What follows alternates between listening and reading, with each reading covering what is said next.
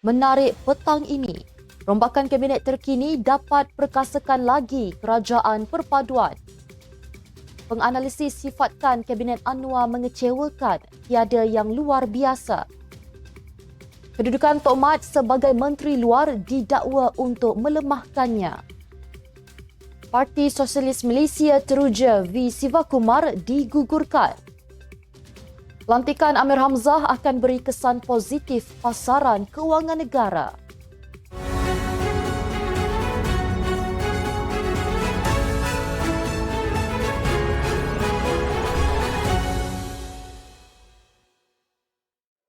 Assalamualaikum dan salam Malaysia Madani. Bersama saya Mirakilah dalam Netstem News edisi petang Selasa 12 Disember 2023. Sebelum itu, jangan lupa untuk subscribe YouTube Netstem TV dan follow Facebook Netstem Malaysia.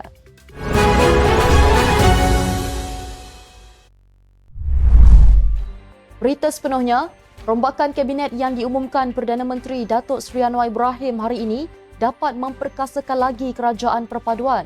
Timbalan Perdana Menteri Datuk Seri Fadilah Yusof berkata, senarai penambahan 5 menteri baru pada pengumuman pagi bukan bertujuan untuk mengisi kekosongan sahaja.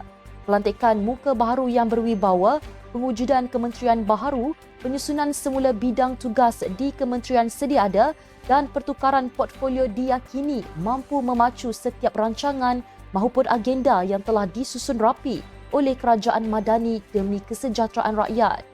Fadilah turut bertukar portfolio baharu iaitu Kementerian Peralihan Tenaga dan Daya Guna Awam serta Menteri Bertanggungjawab terhadap Hal Ehwal Sabah Sarawak. Beliau yang kini mengerjakan umrah memegang portfolio Menteri Peladangan dan Komoditi dan 2 penggal di Kementerian Kerja Raya sebelumnya. Sementara itu, Fadilah berterima kasih kepada Datuk Seri Anwar kerana mengekalkan jawatan timbalan Perdana Menteri yang disandang beliau. Beliau percaya Datuk Seri Anwar telah membuat penelitian kesesuaian pada setiap menteri dan portfolio yang diamanahkan bersandarkan kepada pengetahuan serta kemahiran masing-masing. Tambah beliau, bagi Hal Ehwal Sabah Sarawak akan diberikan keutamaan untuk meneruskan usaha menyelesaikan segera isu-isu tertunggak dan meletakkan MA63 di tempat sepatutnya sekaligus merapatkan lagi jurang fizikal, ekonomi dan sosial antara Sarawak dan Sabah dengan semenanjung. Beliau juga menzahirkan penghargaan kepada pengurusan, pegawai dan warga kerja Kementerian Perladangan dan Komoditi atas komitmen penuh yang diberikan sepanjang beliau menerajui KPK. Penganalisis politik bebas Hu Kei Peng menyifatkan rombakan kabinet yang diumumkan oleh Perdana Menteri Datuk Seri Anwar Ibrahim hari ini sebagai mengecewakan dengan tiada yang luar biasa. Katanya kepada portal media, pelantikan Ketua Pegawai Eksekutif KWSP Amir Hamzah Azizan sebagai Menteri Kewangan 2 adalah tambahan yang baik, tetapi mengingatkan Perdana Menteri bahawa adalah lebih afdal jika beliau melepaskan jawatan sendiri sebagai Menteri Kewangan. Beliau berpandangan tindakan menambah Amir Hamzah adalah bagus, tetapi sekarang adalah masa yang kurang sesuai untuk menariknya keluar daripada KWSP. Ini kerana kerajaan memerlukan tumpuan sebenar terhadap pertumbuhan ekonomi, inovasi, wujudkan pekerjaan bergaji tinggi, menggalakkan pelaburan berteknologi dan sudah tentu menangani kemiskinan pada usia tua. Bagi penganalisis politik Awang Azman Awang Pawi pula, pelantikan Amir Hamzah membolehkan tokoh korporat terlibat dalam pentadbiran kerajaan.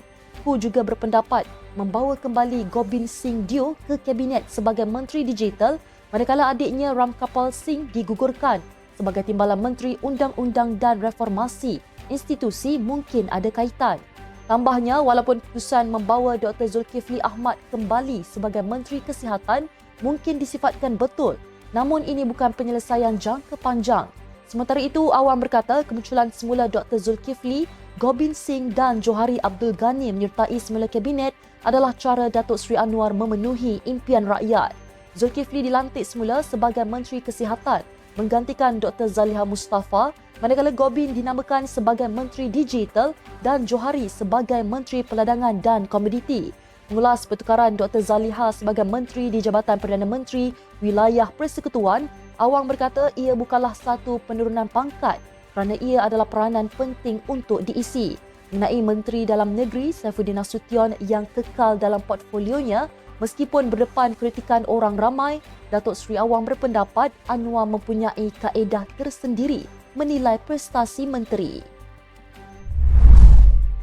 Seorang pemimpin bersatu mendakwa keputusan melantik Timbalan Presiden UMNO Muhammad Hassan sebagai Menteri Luar dalam rombakan Kabinet hari ini bertujuan untuk melemahkan kedudukannya dalam parti. Menurut Ahli Majlis Tertinggi Bersatu, Wan Saiful Wan Jan, jawatan baru itu memerlukan Muhammad supaya lebih kerap berada di luar negara sekaligus membolehkan Presiden UMNO Ahmad Zahid Hamidi mengukuhkan kedudukannya. Menerusi satu hantaran di Facebook beliau mengatakan Kementerian Luar tidak strategi bagi Tok Mat kerana beliau akan terpaksa berada di luar negara untuk tempoh yang lama dan ini membuka ruang untuk Zahid terus mencatur sokongan untuk dirinya sendiri dalam UMNO. Ketika mengumumkan rombakan itu, Datuk Seri Anwar berkata Muhammad akan menerajui Kementerian Luar menggantikan Zamri Abdul Kadir. Setiausaha Agung Barisan Nasional itu pula akan mengambil alih Kementerian Pengajian Tinggi daripada Naib Presiden UMNO Muhammad Khalid Nordin yang kini dipindahkan ke Kementerian Pertahanan. Menghuraikan lanjut, katanya walaupun melakukan khidmat penting untuk negara, kedudukan Muhammad akan dilemahkan kerana tidak banyak agensi yang boleh digunakan sebagai payung kepada akar umbi UMNO. Maka nilai Tok Mat dalam parti akan turun. Sementara itu, Wan Saiful mendakwa Datuk Seri Anwar melantik Ketua Pegawai Eksekutif Kumpulan Wang Simpanan Pekerja Amir Hamzah Azizan sebagai Menteri Kedua kerana Perdana Menteri tidak mempercayai ahli parlimennya sendiri. Beliau berpandangan dalam sebegitu ramai ahli Dewan Rakyat Kerajaan dan sebegitu ramai pemimpin parti-parti dalam kerajaan yang boleh dilantik jadi senator, nampaknya Datuk Seri Anwar berpandangan tiada seorang ahli parlimen yang kompeten untuk menjadi Menteri Keuangan Kedua. Amir Hamzah awal hari ini mengangkat sumpah sebagai senator bagi membolehkannya dilantik sebagai menteri. Wan Saiful kemudian mempersoalkan sebab di sebalik pelantikan ahli parlimen Titi Wangsa, Johari Abdul Ghani sebagai Menteri Peladangan dan Komoditi, sedangkan beliau layak dilantik sebagai Menteri Keuangan Kedua. Pelantikan itu menyaksikan kemunculan semula Johari dalam pentadbiran selepas berehat selama 5 tahun.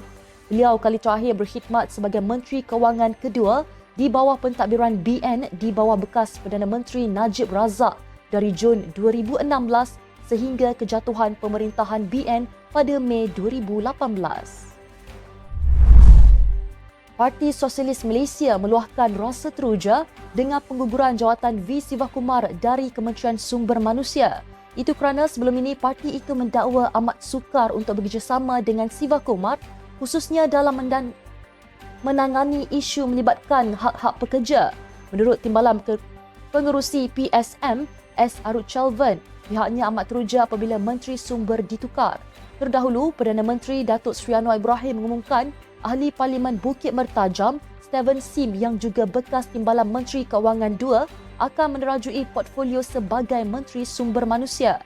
Mei lalu, kontrak 5 pembantu Sivakumar ditamatkan berikutan siasatan Suruhanjaya Pencegahan Rasuah Malaysia mengenai skandal berkaitan pengambilan pekerja asing.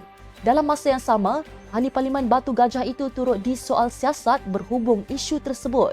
Sementara itu, Arut Chelvan turut memuji Anwar susulan rombakan kabinet yang diumumkan Perdana Menteri, termasuk melantik muka baru dan kemunculan semula beberapa bekas pemimpin.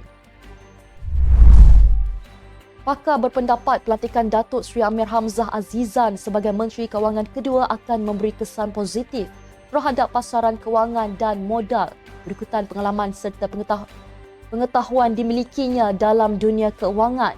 Menurut Ketua Ekonomi Bank Muamalat Azvanizam Abdul Rashid, pelantikan CEO Kumpulan Wang Simpanan Pekerja bakal menunjukkan komitmen kukuh bagi mengurangkan defisit fiskal Putrajaya dan mengekalkan tahap hutangnya pada trajektori yang mampat. Katanya ia akan menjadi kunci kerana beliau juga memahami kesan dasar kerajaan yang mungkin ada pada pasaran bond dan equity. Amir yang mengangkat sumpah sebagai ahli Dewan Negara pagi tadi adalah CEO Tenaga Nasional Berhad sebelum dilantik ke KWSP pada Mac 2021. Profesor Ekonomi Universiti Sains dan Teknologi Malaysia, Geoffrey Williams berkata pelantikan Amir adalah langkah sangat baik kerana beliau bukan dari kalangan ahli politik. Williams berkata ia akan merangsang keyakinan pelabur kerana CEO KWSP disegani dalam komuniti pelaburan sebagai ketua pelabur terbesar dalam pasaran Malaysia. Katanya Amir juga telah menerajui perubahan ketara dalam perkhidmatan yang ditawarkan di KWSP sekaligus berharap pelantikannya juga akan memberi tumpuan kepada krisis pencen.